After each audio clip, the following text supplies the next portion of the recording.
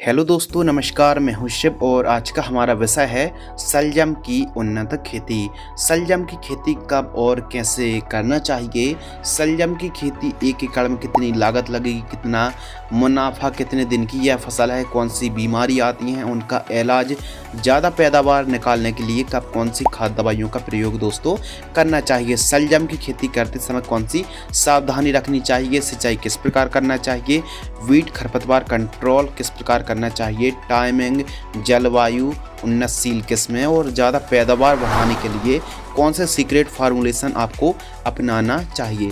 संपूर्ण जानकारी इस वीडियो के माध्यम से A to Z डिटेल के साथ, विस्तार के साथ दोस्तों संपूर्ण जानकारी मिलने वाली है। चलिए शुरू करते हैं। चैनल पर पहली बार विजिट कर रहे हैं तो चैनल को सब्सक्राइब करें, वीडियो को लाइक करें। अधिक जानकारी के लिए आप हमें इंस्टाग्राम पर भी फॉलो कर सकते हैं, शिवकुमार 095। चलिए शुरू करते हैं। सर्वप्रथम बात करते हैं टाइमिंग यानी अनुकूल समय। तो शलजम की खेती वैसे तो आप तीनों सीजन पर कर सकते हैं, 12 महीने कर सकते हैं, लेकिन खासकर सर्दियों पर आप अक्टूबर से लेकर नवंबर के मध्य दोस्तों आप शलजम की बुआई कर सकते हैं।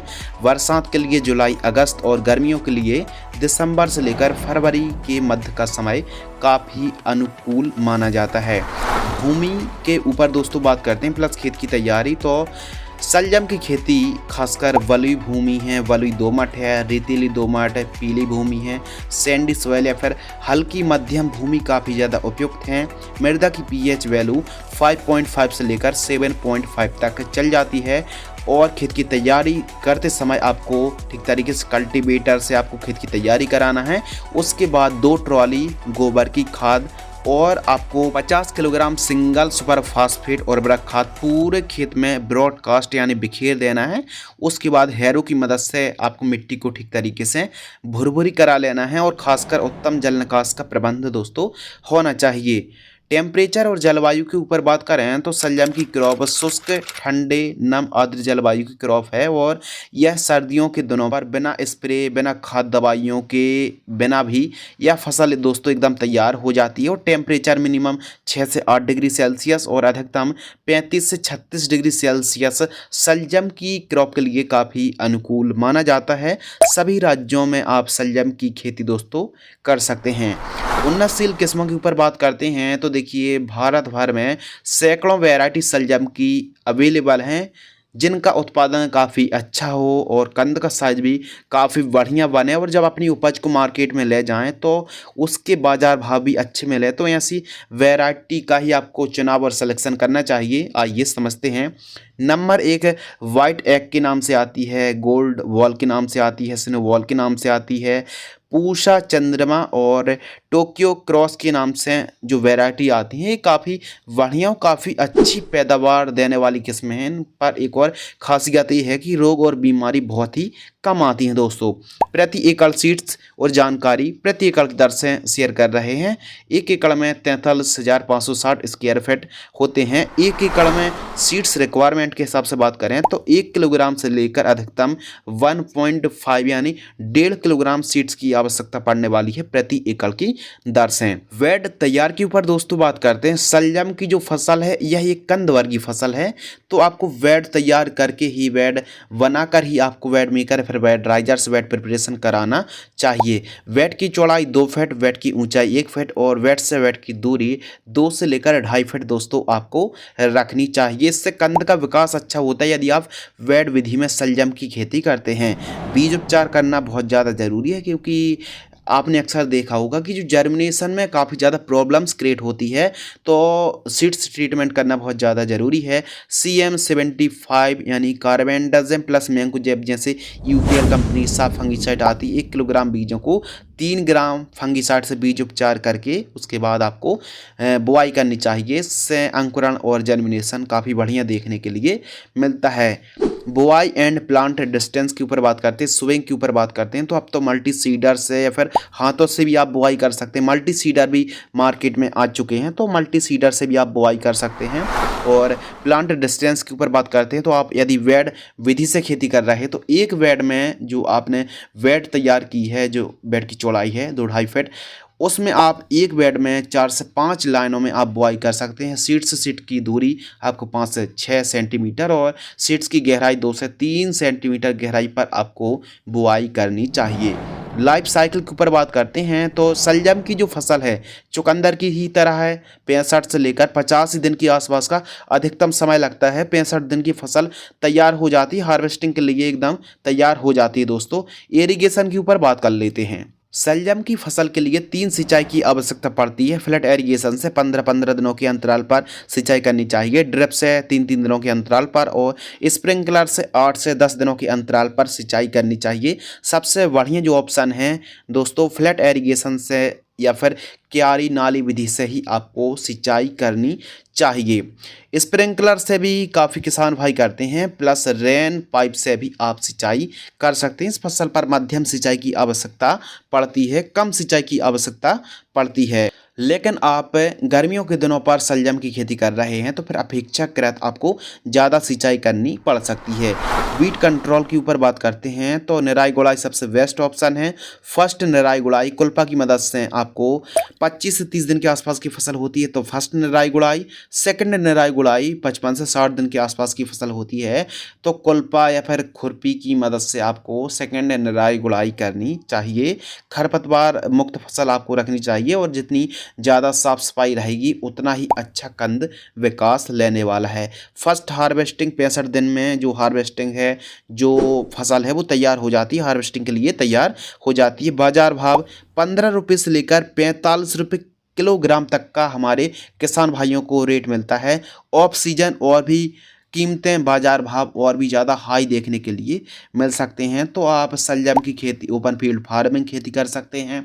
इसके अलावा पॉली हाउस पर नेट हाउस पर भी आप शलजम की खेती दोस्तों कर सकते हैं। लागत के ऊपर बात करते हैं तो 1 एकड़ पर जो लागत है बहुत ज़्यादा लागत नहीं लगने वाली है। 12,000 रुपये से लेकर 15,000 रुपये के आसपास 1 एकड़ का खर्च आने वाला है। पर एकड़ कॉस्ट 12 से 15,000 रुपये लगने वाली है। और हाँ दोस्तों आप चाहें तो सिंचाई के लिए ड्रिप एरिगेशन को भी लगा सकते हैं। 16 mm इन लाइन पर्याप्त है। एक बेड में सिंगल लाइन पर दोस्तों आप विश्वास सकते हैं कुछ इस प्रकार। उत्पादन के ऊपर बात करते हैं तो जो पैदावार है मिट्टी के हिसाब से, जलवायु क्लाइमेट्स कंडीशन, वैरायटी के हिसाब से और भूमि कम उपजाऊ है ज़्यादा उपजाऊ, उस हिसाब से जो उत्पादन प्रोडक्शन है दोस्तों वो कम और ज़्यादा भी हो सकता है। और ख़ासकर मौसम और काफ़ी ज़्यादा टाइमिंग डिपेंड करती है कि किस टाइमिंग पर आप शलजम की खेती कर रहे हैं। तो एक ऑन एन एवरेज 120 से 130 कुंटल के आसपास पैदावार देखने के लिए मिलती है दोस्तों 1 एकड़ में। मुनाफा के ऊपर बात करते हैं, बेनिफिट 15 रुपये केजी का रेट मिल जाता है। थोक तो 1500 रुपये कुंटल, 120 कुंटल पैदावार मान लेते हैं तो 1500 में 120 का इंटू कर देंगे तो 1,80,000 रुपये दोस्तों हमारा मुनाफा आ जाएगा। और इसमें हम लागत को घटा देंगे तो 1,80,000 में 15,000 घटा देंगे तो 1,65,000 रुपये हमारा शुद्ध लाभ दोस्तों आ गया। इस प्रकार यदि हमारे किसान भाई खेती करते हैं तो हमने 1,65,000 रुपये बताया। लेकिन आप यदि थोड़ा सा बाजार भाव भी पैदावार भी कम होती है तो आप 1 एकड़ से मात्र 2 से ढाई महीने पर दोस्तों आप 1.5 लाख रुपये कमाई कर सकते हैं। यह जो फसल है कम सिंचाई कम खाद दवाइयों की आवश्यकता पड़ने वाली है और कम देखभाल में भी आप काफ़ी अच्छी पैदावार निकाल सकते हैं शलजम की फसल से। स्प्रे शेड्यूल के ऊपर बात करते हैं जो कि काफ़ी ज़्यादा इम्पोर्टेंट है। देखिए यदि आप सीजन पर सर्दियों के दिनों पर शलजम की खेती कर रहे हैं तो हो सकता है बिना स्प्रे पर एक भी स्प्रे करने की दोस्तों आवश्यकता नहीं पड़ेगी और रोग बीमारी भी कम आती है। लेकिन ऑफ सीजन गर्मियों के दिनों पर या फिर ऑफ सीजन खेती कर रहा है शलजम की तो aphid jassid, semiloopers, black thrips, wilt, root borer और साथ ही दोस्तों white grub, leaf spot blight और डायमंड बैक मोथ का प्रकोप देखने के लिए मिल सकता है। और कंदों को नुकसान पहुंचाने वाला हार्म करने वाला इंसेक्ट जो होता है वाइट ग्राब भी काफ़ी ज़्यादा नुकसान पहुंचाता है तो इनका इलाज बतलाइए। तो जो फर्स्ट स्प्रे है 35 से 40 दिन के आसपास की फसल होती है तो वायर कंपनी की सोलेमैन 12 ml, कृषि राशन की पोषक सुपर 25 ml और M45 फंगिसाइड 40 ग्राम 15 लीटर पानी में घोल करके आपको स्प्रे करना चाहिए। जब भी आप स्प्रे कर रहे हैं सिलिकॉन चिप को मिलाकर ही स्प्रे करना चाहिए। इससे लॉन्ग लास्टिंग लंबे समय तक जो घोल है पत्तों पर चिपका रहता है, लंबे समय तक हमको रिजल्ट देखने के लिए मिलता है। तो शलजम की फसल पर दोस्तों केवल और केवल एक स्प्रे करने की आवश्यकता है। इसके अलावा कोई ज़्यादा कीटनाशक दवाइयों का स्प्रे करना बिल्कुल भी उचित नहीं है। फर्टिगेशन शेड्यूल के ऊपर दोस्तों बात करते हैं, खाद का शेड्यूल जो कि काफ़ी ज़्यादा इम्पोर्टेंट प्लस अनिवार्य है। तो जो फर्स्ट खाद है जड़ों के पास देकर आपको सिंचाई करना है। फर्स्ट खाद 35-40 दिन के आसपास की फसल होती है तो यूरिया और उर्वरक खाद 30 किलोग्राम से लेकर 45 किलोग्राम के मध्य, मैग्नीशियम सल्फेट 5 किलो, माइक्रो न्यूट्रिएंट फर्टिलाइजर्स 5 किलो, इन तीनों चारों को मिक्स करना है और प्रति एकड़ जड़ों के पास देकर आपको सिंचाई करनी चाहिए। शलजम की फसल पर केवल और केवल एक खाद देने की दोस्तों आवश्यकता है। काफ़ी अच्छी पैदावार यदि आप निकालना चाहते हैं, यदि ठीक तरीके से बढ़वार पौधा ले रहा है तो फिर आप इस कॉम्बिनेशन को 50% तक कम कर सकते हैं। कुछ सावधानी भी रखना बहुत ज़रूरी है, जैसे कि शलजम की जो फसल है कंद वर्गीय फसल है तो आपको वेड विधि से ही खेती करनी चाहिए। साधारण खेती के लिए आप बिना ड्रिप में भी खेती कर सकते हैं, यानी साधारण तरीके से खेती कर रहे हैं तो क्यारी टू क्यारी बनाकर भी आप खेती कर सकते हैं। ड्रिप लगाने की आवश्यकता नहीं है, मल्चिंग पेपर लगाने की दोस्तों आवश्यकता नहीं है, प्लस खरपतवार नाशक स्प्रे करने की भी आवश्यकता नहीं है। लेकिन हाँ, निराई गुड़ाई जरूर करें, गोबर की खाद का प्रयोग आपको जरूर करना चाहिए। तो इस प्रकार शलजम की जो खेती है कम समय पर, कम लागत पर और अधिक मुनाफा देने वाली आप भी शलजम की खेती दोस्तों कर सकते हैं और काफ़ी अच्छा मुनाफा भी निकाल सकते हैं। यदि आप शलजम की खेती कर रहे हैं, मान लो 1 एकड़ पर लगा रहे हैं, तो दोस्तों आप 35-40 डेसिमल पर अभी बुआई करें, फिर 35-40 डेसिमल पर आप 15 दिन बुआई बात करें। तो इस प्रकार दोस्तों यदि आप शलजम की खेती अलग अलग टुकड़ों पर कम कम एरिया पर यदि आप बुआई करेंगे तो फिर कंटिन्यू आप